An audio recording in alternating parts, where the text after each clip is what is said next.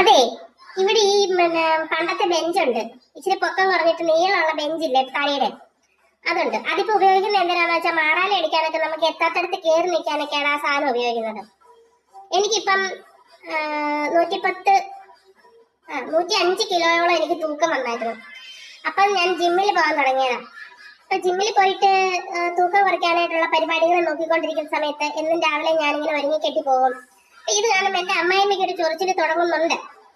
അവരിനി ഞാൻ ഇറങ്ങിപ്പോകുമ്പോ അവര് പറയുന്ന മിസ് വേൾഡ് പോകുന്നു, മിസ് ഇന്ത്യ പോകുന്നു, ഐശ്വര്യറായി പോകുന്നു, ഇങ്ങനെ കുണു കുണു കുണു കുണു കുണു കുണാന്നും പറഞ്ഞുകൊണ്ട് അവര് കിടന്നുകൊണ്ട് പറയും.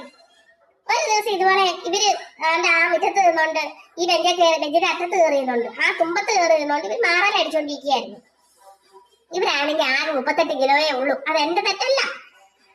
അപ്പൊ ഇവര് ഇതുപോലെ ഞാൻ ഇറങ്ങിയപ്പോ ഇവര് പറയും മെസ്സിന്റെ പോകുന്നു എന്ന് പറഞ്ഞു. എനിക്ക് കേട്ടോ ചൊറിഞ്ഞങ്ങ് വന്നു. ഞാൻ ചാടിയാ വെച്ചിട്ട് ഇപ്പുറത്തെ അറ്റത്തോട്ട് കയറി. ഇതിപ്പോ ഞാൻ അറിയുന്നു ഇതിപ്പോ ഇങ്ങനെയുള്ള ഒരു ഇതാണ്. എന്നെ ദേഷ്യം പിടിപ്പിച്ച അങ്ങനെ ഇരിക്കും. വെഞ്ചിന്റെ അറ്റത്തോട്ട് ചാടി അങ്ങ് കയറിയപ്പോ തന്നെ ഈ അറ്റത്ത് നിന്ന് വെണ്ണമ്പിള്ള തെറിച്ച് അങ്ങ് പോയി.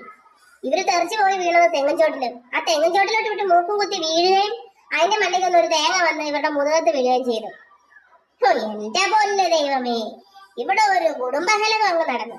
ഇവരുടെ മക്കളും മരുമക്കളും മക്കളുടെ മക്കളും എല്ലാം കൂടെ ചേർന്ന് എന്നെ പറയാത്തതൊന്നുമില്ല. ഇത് നാട്ടുകാരുടെ മുമ്പില് മരുമകളാണ് ഇവിടുത്തെ ശത്രു. നിങ്ങളൊന്ന് ആലോചിച്ച് നോക്കണം. പ്രതികരിക്കണം, സ്ത്രീകൾ പ്രതികരിക്കണമെന്ന് ഘോരം പ്രസംഗിക്കുന്നവരാരും എന്റെ കൂടെ നിന്നില്ല. ചതിയല്ലേ ഇത്?